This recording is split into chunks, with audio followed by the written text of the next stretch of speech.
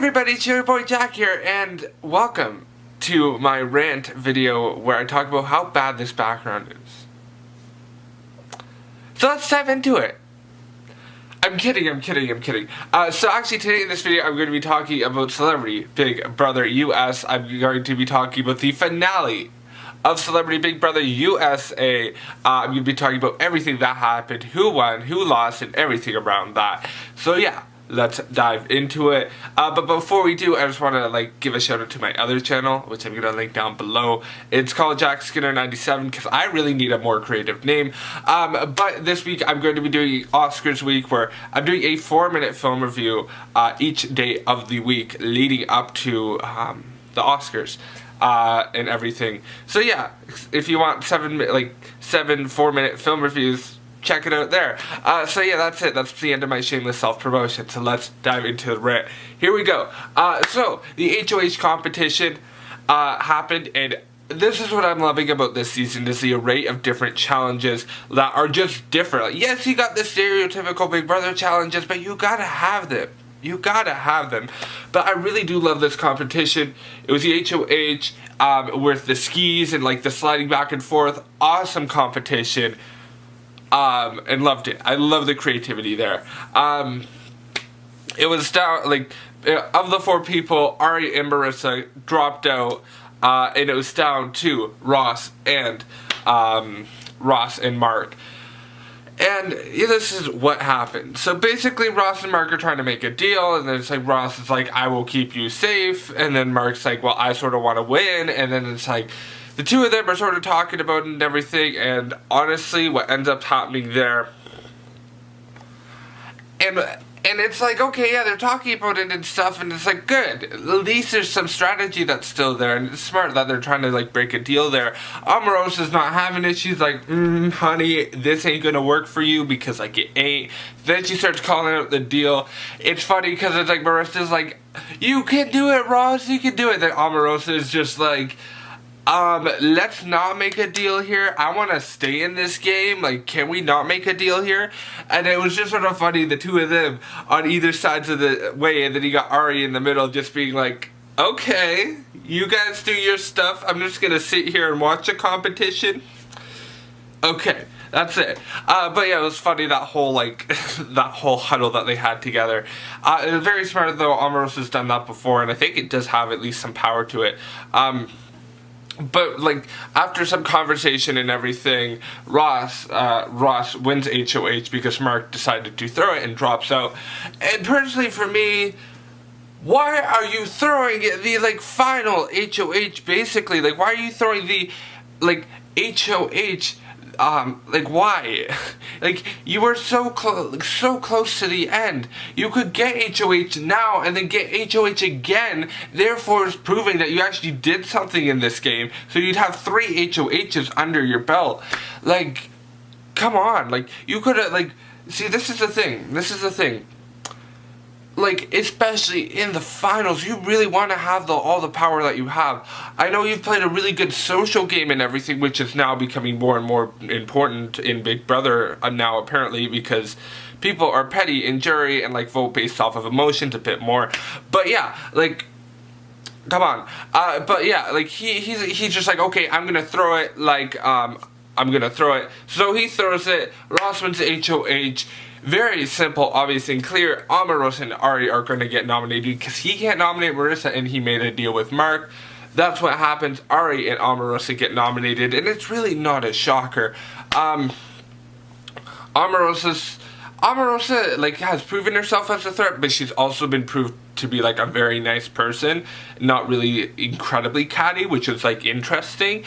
But it was just cool. Omarosa and Ari were nominated. Ari's been a huge strategic threat, but I feel like obviously Ross has trusted her a bit and everything, so I'm good with that too. But yeah, they nominated, the two of them were nominated. Obviously they had the POV competition, which was the climbing on the computer competition, the laptop competition, that one again, having a big twist there, having a really cool competition there. I liked it. I thought it was a good comp again. where they all had to guess the dates and everything. Obviously, it would be down to the two super fans who knew the days and like knew all that kind of stuff. It's down to Ari, or not Ari, it was down to Ross and Marissa both getting 8 points, but it was Ross that won with a quicker time, aka Ross winning POV, therefore asserting the fact that Omarosa is out of this house. So yeah, obviously during the veto ceremony, he don't use that, which was like good for him, like being smart strategically, but it's also like for this season, he didn't really focus on jury management that well, just in my opinion. And it's just that was his biggest downfall. So yeah, he didn't use a veto. They went to votes and everything. It was 2-0 that Omarosa, she gets evicted. And you know what? She was actually really happy about that. And like for me personally, I like that because like she was just a very like happy, kind-hearted, like nice person, which was actually not that bad. Like yes, she played the game well and strategically, all that kind of stuff, and was a huge threat when it comes to the power rankings and everything. So yeah, I was really happy for her about that. But yeah, Omarosa, she got voted out 2-0. Being like the 7th person evicted. So yeah, bye. You were a really good player. I was happy that you came in. And yeah, that's basically about it. So Omarosa left, leaving the final 4 into the final HOH, which was basically just sort of like this twist on like a question in like A or B, true or false type like question, where it was like social media based and you had to really guess which one was the wrong, like which message was the wrong, like an incorrect statement. Like that too, good twist. I didn't really get it at first, then I started getting it and it was a really good competition. Marissa, she kills it. Which out of nowhere, like she's the compies there, boom. Getting all these answers right down to the tiebreaker where she matches up with like Ross and like, Ross, I think it was Ross, Mark, and her, I believe. But it was three people. They all had to guess like the time in minutes that it took to do one of the last like competitions or whatever. Marissa wins because like she went over, but she was the closest to the number. It was like 600 and she did like 1,000 or whatever. Smart for Marissa. And honestly, what I liked about Marissa during this competition was how excited she got. She was like, oh my gosh, I'm doing this, I'm winning, oh my gosh, I'm such a compies, like I'm doing it, this is like the end, I can do it, I can win it. It was just sort of like warm-hearted for me because I really did like that about Marissa. She was just like so warm-hearted and like, oh, I can win this, ooh, I'm so close, all that kind of stuff. So yeah, but yeah, in the tiebreaker round of the HOH, Marissa wins, and she is the final HOH, and she gets to pick who she is going to be sitting next to in the final HOH, like the final like, not HOH, but the final like winners, like who she wants to sit to in the final like voting and everything, and when she talks to the jury and everything. So yeah.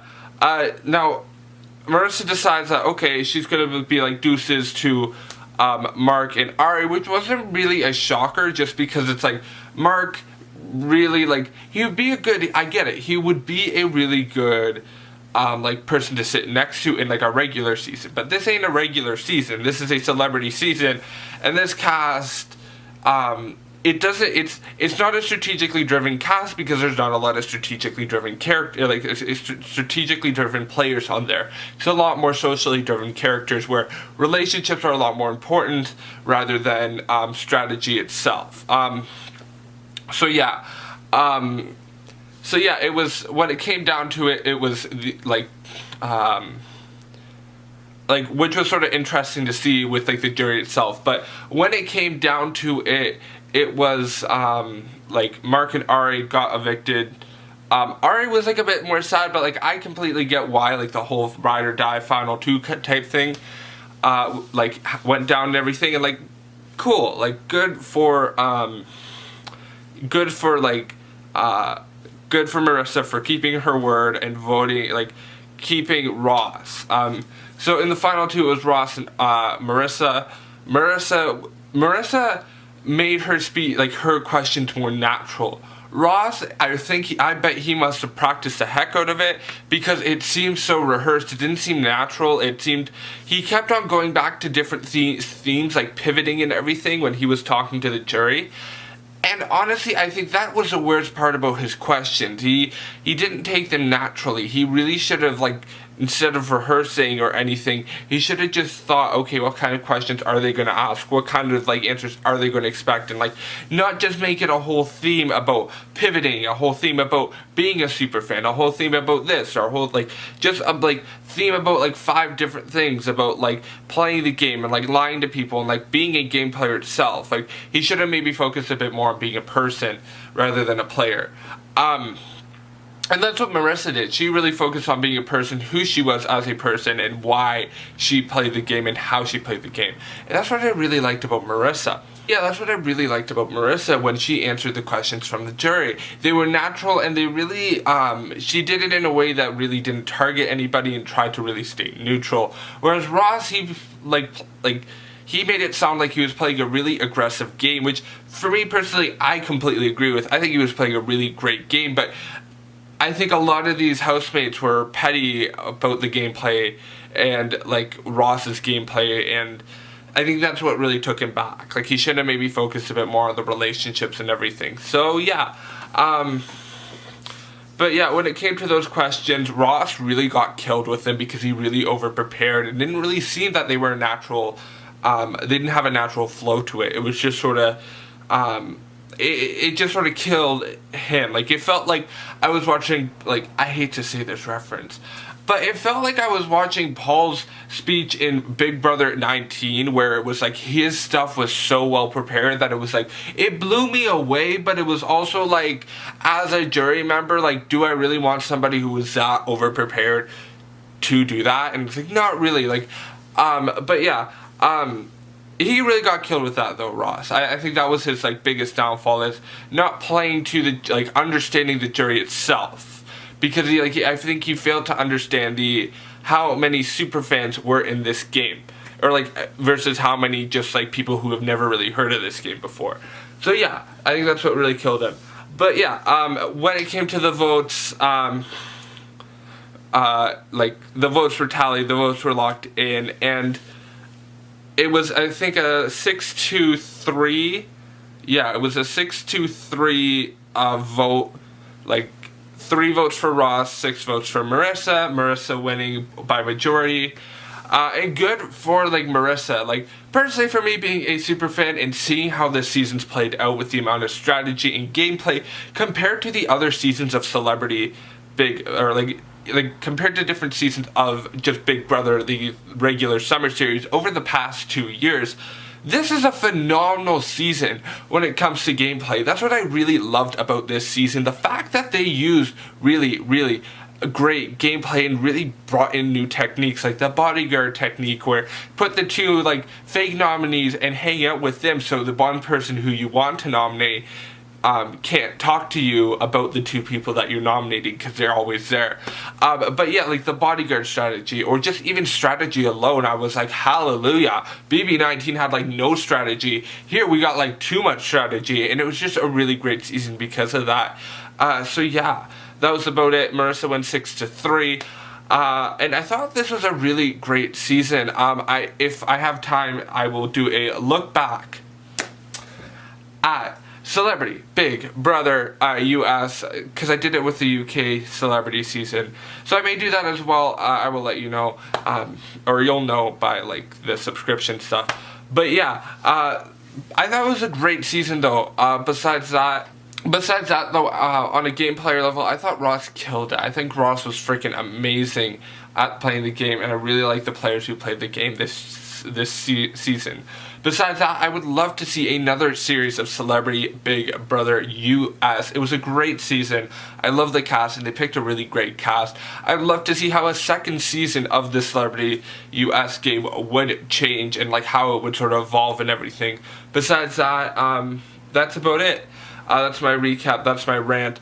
The one thing I'll say before I end, my final power rankings for for those of you who don't know, my like the top like deadliest players in this season. I'm gonna do like a final power ranking, so let's dive into it. So at the top of the list, I will definitely say Ross, because he's played a really great game. He developed really great strategic relationships.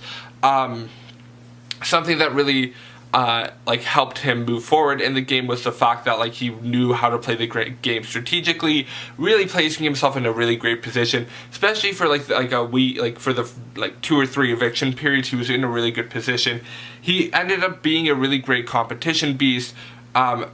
He was a really great like he won like 3 HOHs or two or 3 HOHs, and like I think it was like 3 HOHs and 3 vetoes. So like he was a competition threat. And I think he was like well liked for the most part.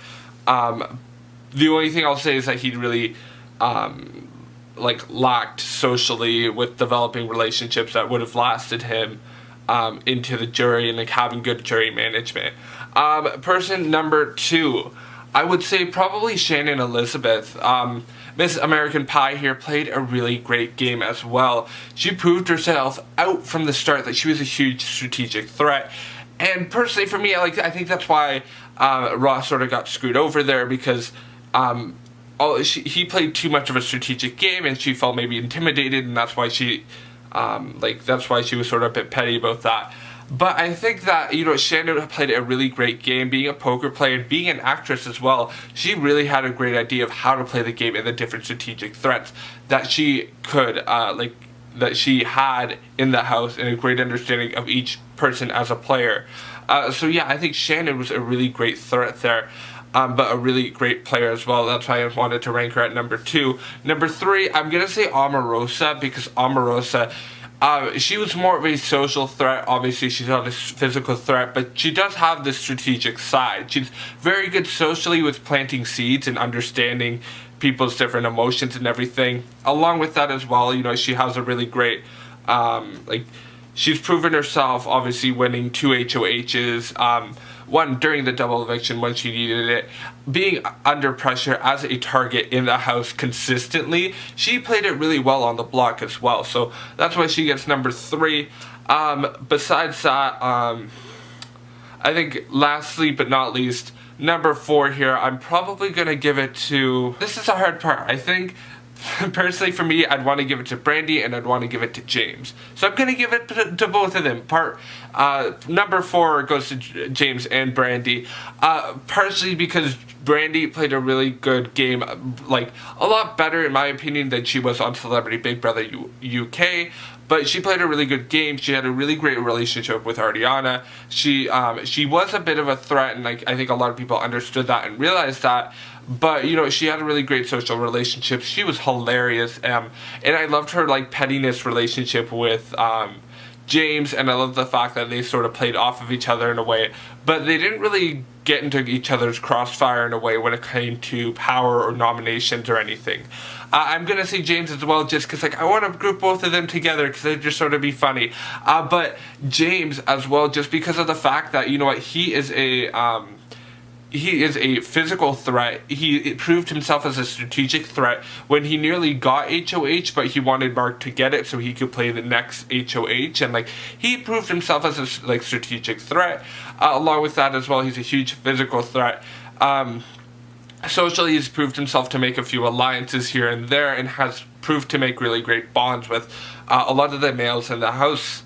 I would have loved to see him maybe on a civilian season, see how far he would go there, because obviously they tried to get a lot more physical males, like physical males, so I'd love to see how that would change the game if he was in the house there. But yeah, overall, when it comes to that, those are my final power rankings for this season. I know there are like a couple more people I could mention, but those are my top like 4 / like secretly 5 in there, because like Brandy and James are like that one, the 4. But yeah, that's my power rankings for this season. Feel free to let me know what you think about this season down below. Did you like it? Did you hate it? Let me know down below in the comments. Besides that, my name is Jack Skinner. You have a great night. Feel free to like, comment, share, and subscribe to the Reality TV Podcast Away for more content like this one here. Along with that as well, I have the Survivor Podcast Away for Survivor Ghost Island with me and my friend Danny coming back. Along with that as well, thank you so much for watching. I will see you in it for Big Brother Canada Season 6, and I am so excited. So yeah, thanks so much for watching. Bye!